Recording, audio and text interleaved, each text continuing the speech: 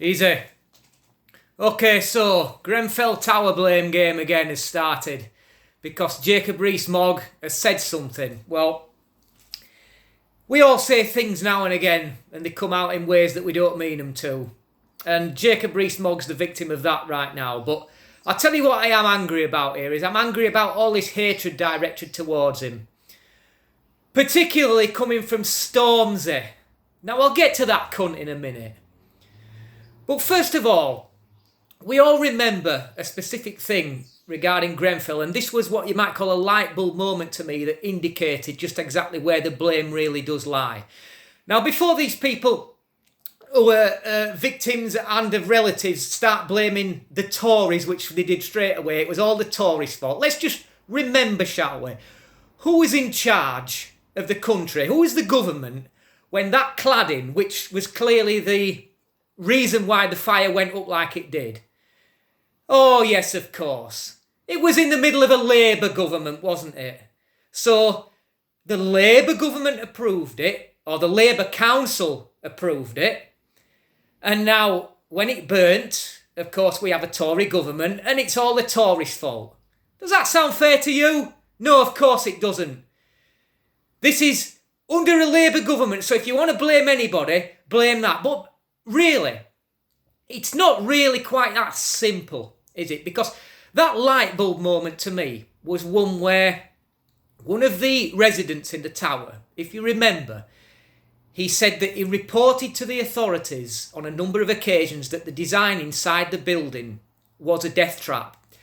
The fact that there was one central staircase, and there were various things that he seemed to be aware of that were a risk in the event of a fire. And he claimed that he reported it time and again and he wasn't listened to.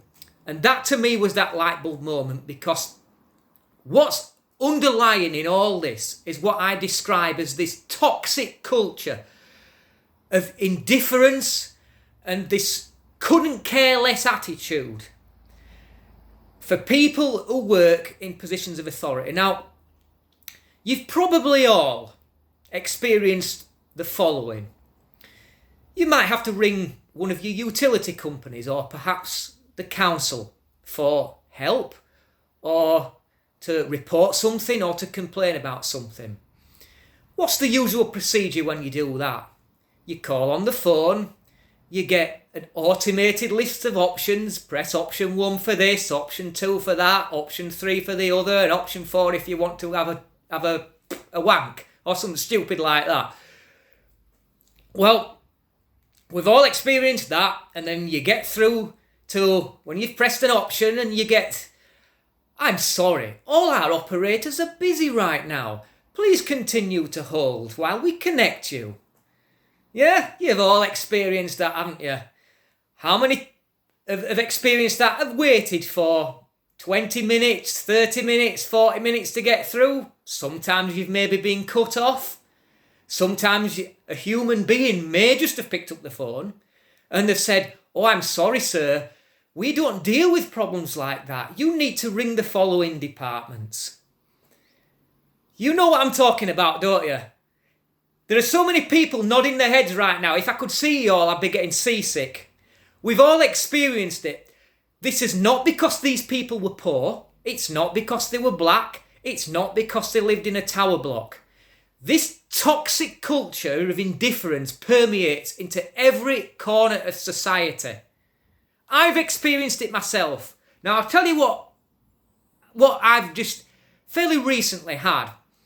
Now, I'm not comparing this to the Grenfell Tower before some wise ass says, "Oh, you're going to compare this to a fire where many people were killed." No, I'm not. But I'm highlighting an example for you, right? Is that on the pavement close to my house is a manhole cover that's about 1 metre square. And earlier this year, it found itself being cracked in half and there was a big gaping hole in the ground. Literally, somebody could have walked past that in the dark, put the foot straight down it and done themselves a serious injury. So I contacted the council. I was put on hold. The first time I was told, when I did get to speak to somebody, "Right, we'll look into this, sir, and we'll call you back." Now, how many of you have been told, we'll call you back, and they never do. Yeah, those heads are nodding again, right? Yeah. Well, I got that. And after not being called back, I contacted them again a couple of weeks later and told them who I were and that I'd rang before. "Oh, we'll look into this, sir. Just hold the line, please." And I held the line, and they got back onto me and they said, "Oh, I'm sorry, sir. We can't deal with this. This particular manhole cover has nothing to do with us." I said, "Well, okay. Well, who's it to do with?" "Well, you need to speak to Virgin." Now, I'm not a customer of Virgin in any way, shape or form. I said, "Well, why do I need to speak to Virgin? Why don't you speak to Virgin?" "Oh, we can't do that, sir. I'm sorry. You'll have to speak to Virgin." And I said, "Well, what is it?" They say, it's Virgin Cable TV, we think." "All right, okay." So, of course, with me not being a customer of Virgin, I had to find the number and I had to call Virgin, and I got the same old rigmarole again, being options, put on hold, being told I'd call back. And I had to contact them 2 or 3 times. And in the end, I said, "Look," I said, "it's as simple as this, all right, motherfucker. There is a hole in the ground outside my house. We've established it's your responsibility. If anybody falls down this hole and injures herself, it's going to be you they're going to be coming on to for compensation. So I suggest you get your asses out here and do something about it."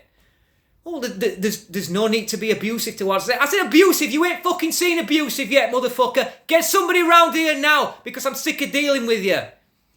And then it went on for a little bit more after that. But I got angry because you see this culture, and until this culture changes, there will be more Grenfell towers.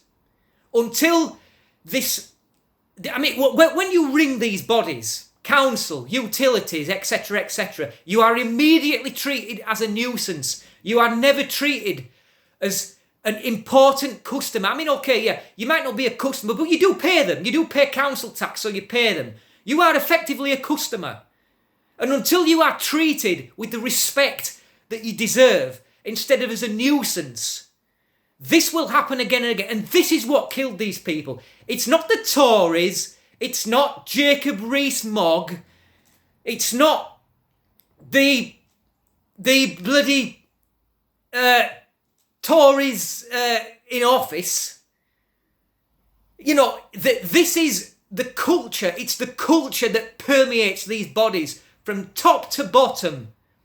And this is why it happened. And until this culture changes, it's going to happen again. They need to start treating people with the respect they deserve.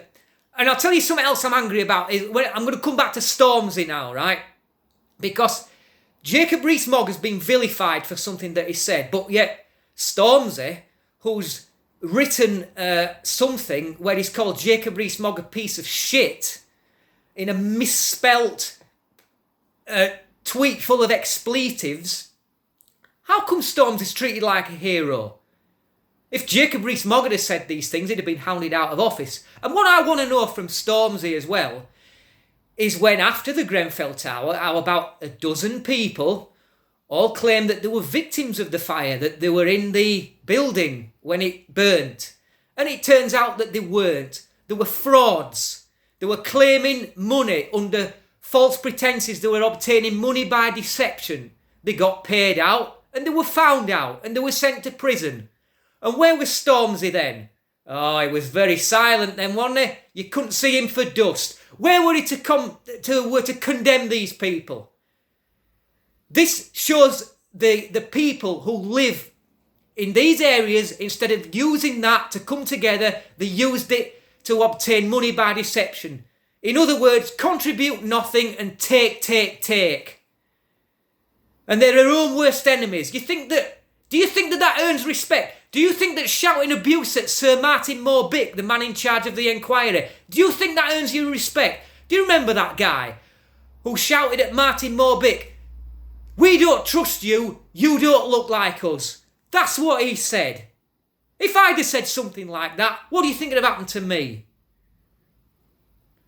So I'll tell you this, Stormzy, why don't you get back to making that shite that you call music and leave Mogg alone?